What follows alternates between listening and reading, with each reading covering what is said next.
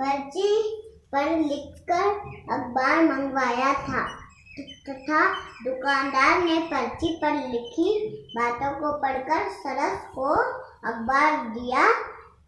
उसे बोलकर, सुनकर, लिखकर तथा पढ़कर विचार को जानने का यही साधन भाषा है। इसे हम इस रूप में भी कह सकते हैं कि जिस साधन के द्वारा हम बोलकर या लिखकर मन की बात दूसरों की समझ सके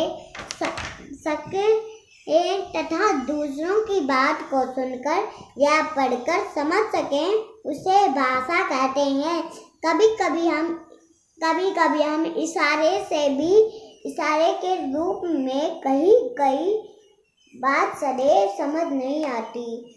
जैसे गीता ब्रश कर रही है, वह मयंक से हाथ के इशारे पंखा बंद करने के लिए कर रही है, लेकिन मयंक उसकी बात नहीं समझ पा रहा है। इसलिए हम शब्दों, संकेतों या इशारों को भाषा नहीं कहते हैं। पक्षियों पक्षियाँ की आवाज़ को भी भाषा नहीं कहा जाता है। भाषा के रूप दो होते हैं, मौखिक और लिखित।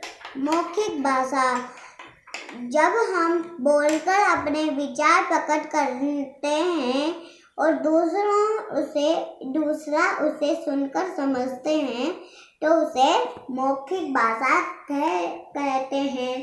लिखित भाषा जब हम लिखकर अपने विचार को प्रकट करते हैं, तो उसे लिखित भाषा कहते हैं।